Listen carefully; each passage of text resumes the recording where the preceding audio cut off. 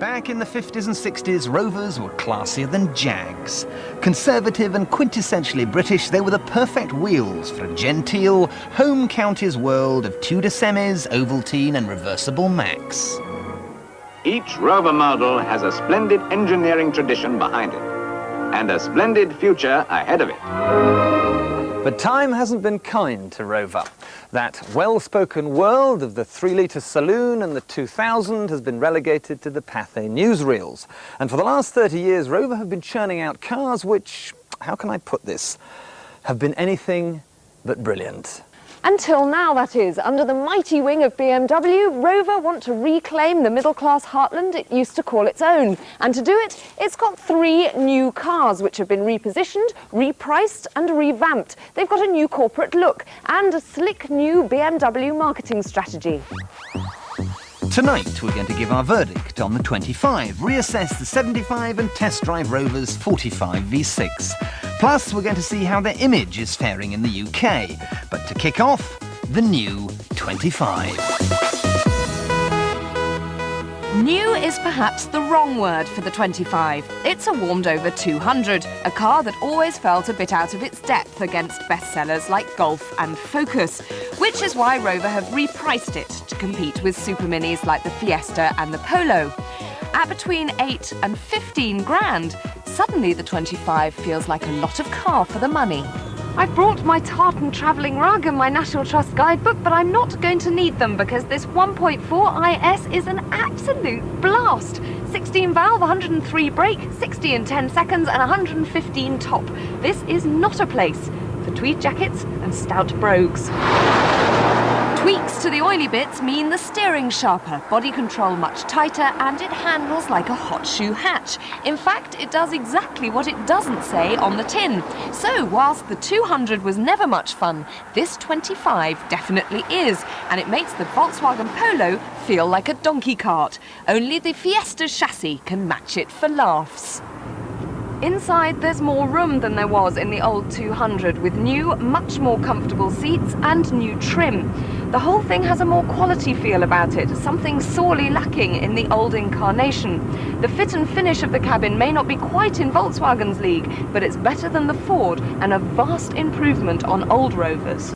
Plus, you get a 3-year, 60,000-mile warranty, mid-40s MPG, and it only needs servicing every 15,000 miles. And BMW assure us those Rover dealers will be trying an awful lot harder. A huge surprise then. The 25 is a class act, and at 12 grand for this 1.4 IS, not bad value either. No, this little charmer will do Rover's image no harm at all. And neither, for that matter, will that.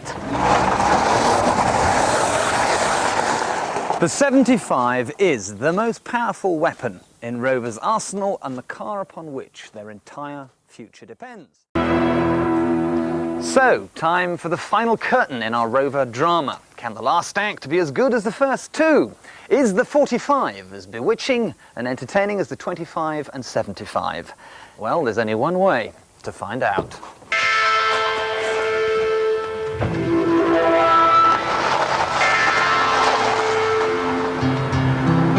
The 45 range starts at £12,000 for the 1.4, rising to nearly £19,000 for the 2-litre V6 connoisseur, and comes as a 4-door saloon or hatchback. We've chosen the 150 brake V6 with the 5-speed Steptronic Auto because it's potentially the most interesting. Mind you, it's also the most expensive, at a heart-stopping 18 grand. But first impressions are encouraging. The 2-litre V6 makes all the right noises, and this sequential automatic is an absolute joy to use. You just bang away at the lever, down to 4th, down to 3rd, down to 2nd, and it all feels very slick indeed. What it doesn't feel, however, is fast. That's not to say it can't motor. Top tilt is a decent 127 miles an hour, but order up some beans from the engine room and 60 takes a fairly pedestrian 9 and a bit seconds. That's almost the same as a humble Astra 1.8. So if you're looking for something with some serious urge, I'm afraid this isn't it. And if you expect the same agreeable interior furnishings on the 45 as you get on the 75, you're going to be very, very disappointed. The dashboard is strewn with 80s switches that look like they've just been hurled like boiled sweets and just stuck there. And look, this is the mat from the centre console. This is an £18,000 car. And look, the passenger's electric window switch is down here. It's lazy, it's unimaginative, and it's dull. Sorry, you got to try harder on this one.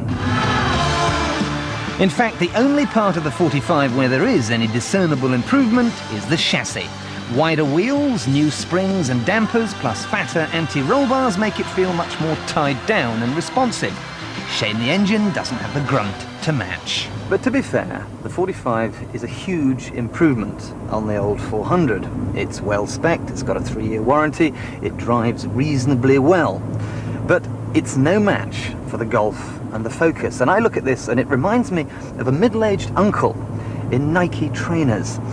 It's the sort of car you buy if you can't afford a BMW 3 Series. But, and here's the rub, at 18 grand, you can.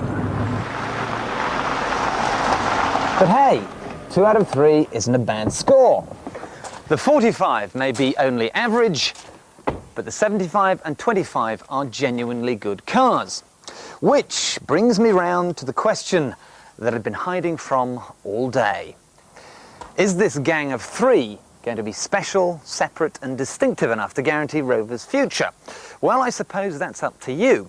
If you go out and buy them in your droves, then Rover will survive. If you don't, well, we'll just have to keep our fingers crossed. But personally, I hope Rover make it.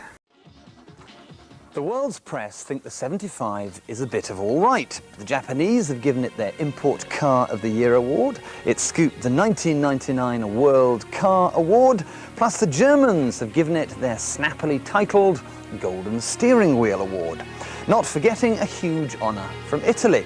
A panel of 12 Italian styling gurus reckon this is the most beautiful car in the world, and they preferred it to the Jaguar S-Type. Praise indeed. Here at home, the reaction's not been so eulogistic. What Car may have dubbed it their Car of the Year, but Car weren't too complimentary, while our sister magazine didn't really like it at all. Well, let's forget what the British press think for a moment and ask the British public instead. Old man's car, really. That's about it. I wouldn't have one. I wouldn't expect to be excited by it, I'm afraid. I wouldn't like to drive in a Rover. Old man's car. Doesn't suit my image. Horrible. A bit square really, a bit boring. Not particularly trendy, I think. It's a bit old-fashioned, I think. Clearly Rover has a bit of an image problem in the UK. That quintessentially British quality gets translated into one word: old. And that's exactly the point of the new 25, 45 and 75, to drag the brand kicking and screaming into the millennium and inject it with some badly needed desirability. Which is hard when some journalists get seriously spiteful. Last year a tabloid newspaper ran a story knocking Rover, claiming there were 2 things you could see clearly from space: the Great Wall of China and fields full of unwanted Rover 75s. Well, there are not fields full of unsold and unwanted 75s, far from it. Rover have so far managed to shift 7,500, which means that this car is outselling things like the Vauxhall Omega, the Alfa 156, the Audi A6 and even the S-Type Jag. So it's doing the numbers, and the sort of numbers most motor moguls would sell their children for. This is all very confusing. Johnny Foreigner loves the 75, but the British press and public don't. So who's right? You know, the Italians might have something. This isn't the most beautiful car in the world, but it is nonetheless damned handsome. This high belt line makes the car look more important. The scalloped doors down here, they're a styling cue from the old P5. And lots of chrome, not too much, but just enough. We like chrome mirrors, we like chrome door handles. And it might surprise you to know that this car drives almost as well as it looks. This is the 137-mile-an-hour 2.5 V6 connoisseur, 24 grand's worth of what Rover would like to claim is the best front-wheel drive saloon in the world. It's not the best, but it's not half bad. The interior may be a riot of borrowed styling themes, but it is very cosy and very welcoming. The red gauges are like a log fire. You could always warm your hands on them. You've got big leather armchairs, very welcoming. You've even got some wood panelling on the walls. All it needs is some horse brasses, a thatched roof and roses round the door, and you'd have your own country cottage. Look, I like it. It's quiet, smooth riding, cosseting, and it insulates you from the wild and whirling world. This is that rare thing, a Rover that makes you feel special.